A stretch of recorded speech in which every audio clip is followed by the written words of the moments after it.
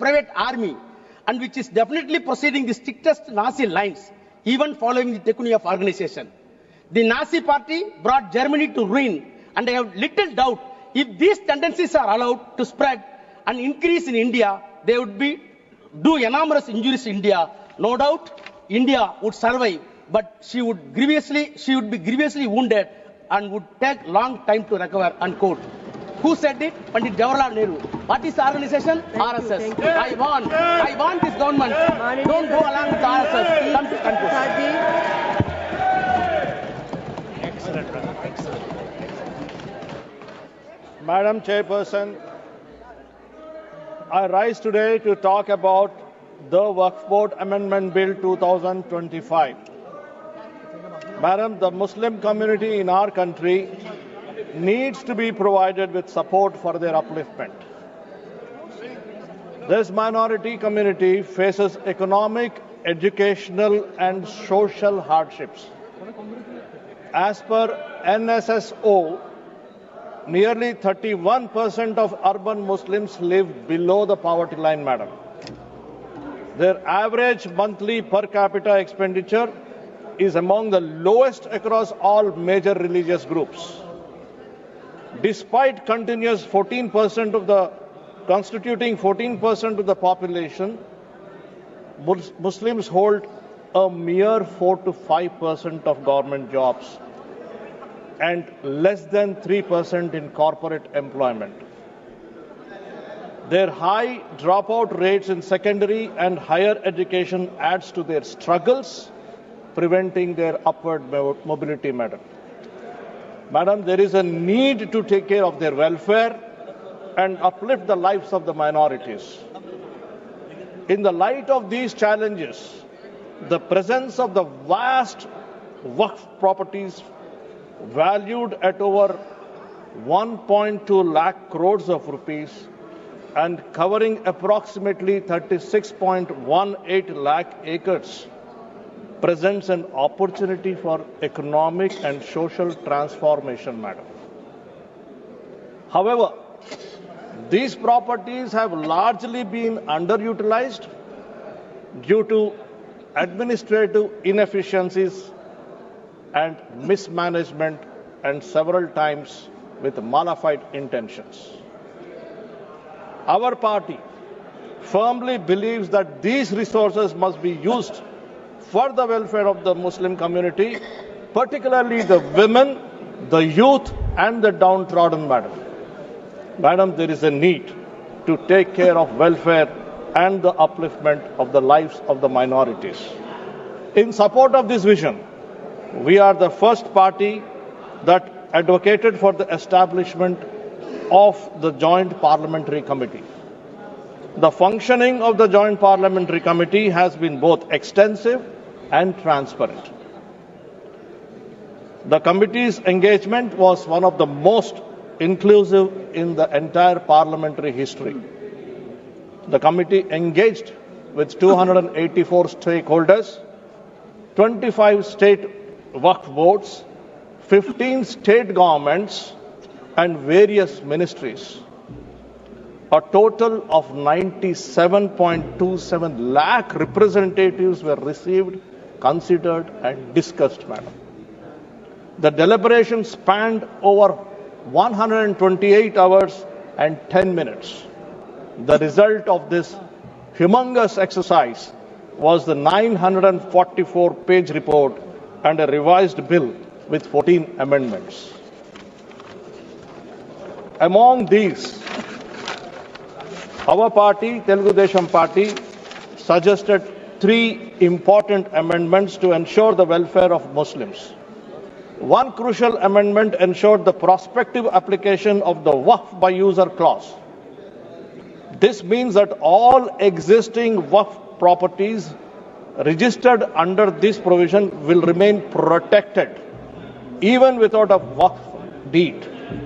By ensuring this amendment, the TDP safeguarded the interest of the Muslim community and ensured that their properties shall remain intact.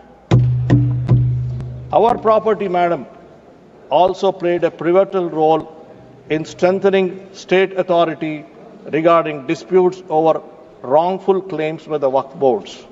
We moved an amendment.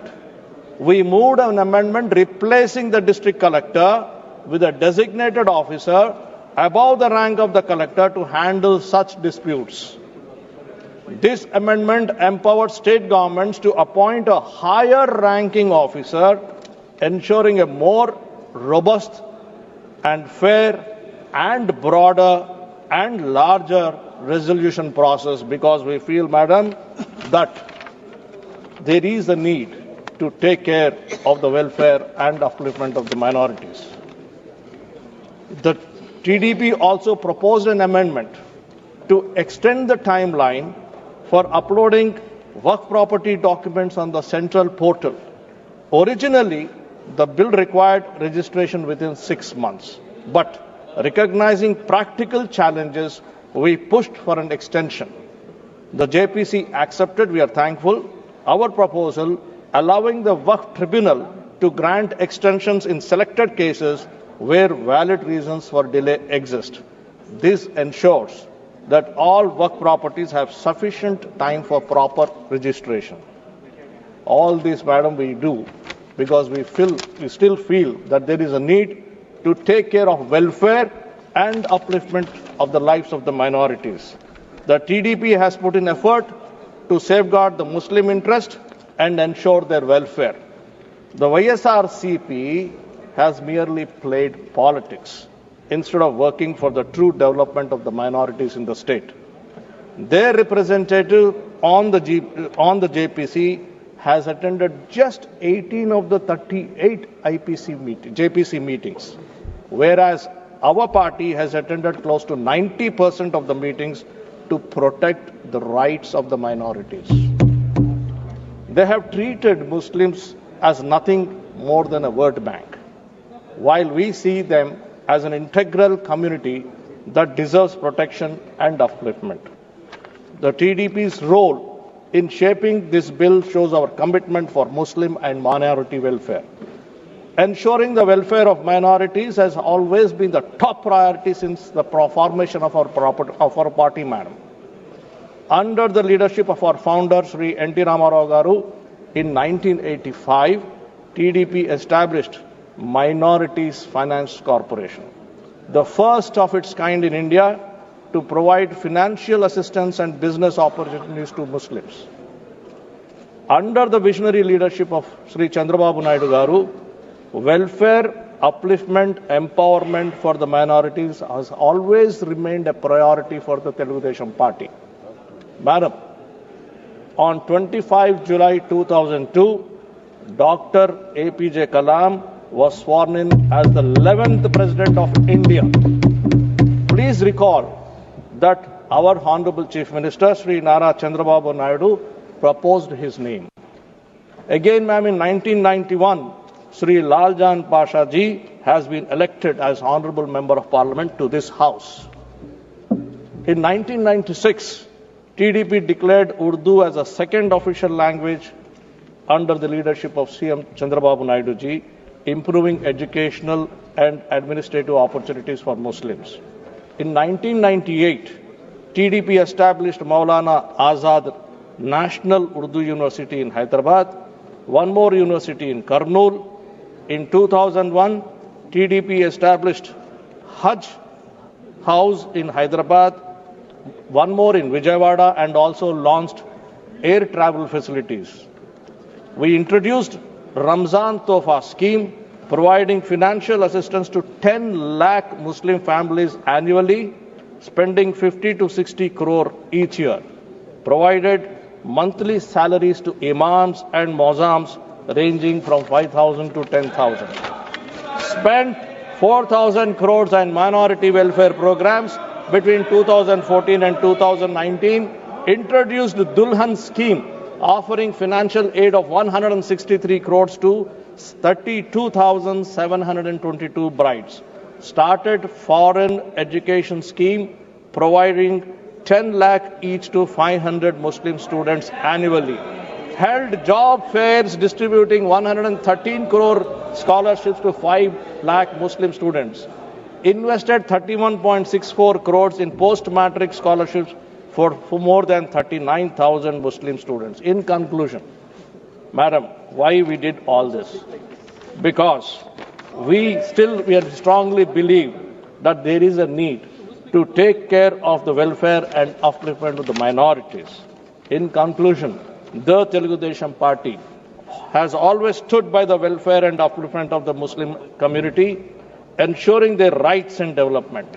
In line with this commitment, I urge the government to consider providing flexibility to the state governments in deciding the composition of the Waqf boards.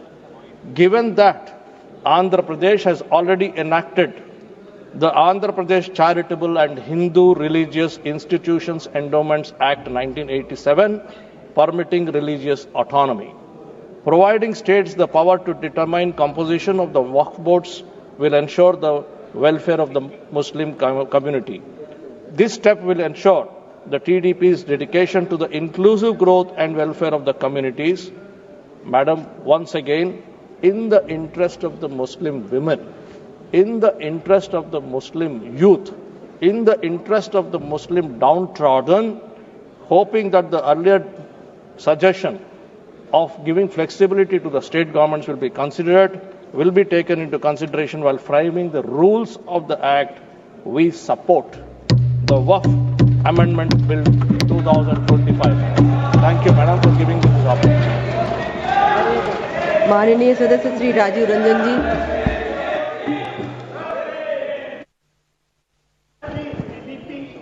अरे हाँ याच्यानंतर तुम्ही ना क्या setting हुआ? आपका sources अच्छे नहीं,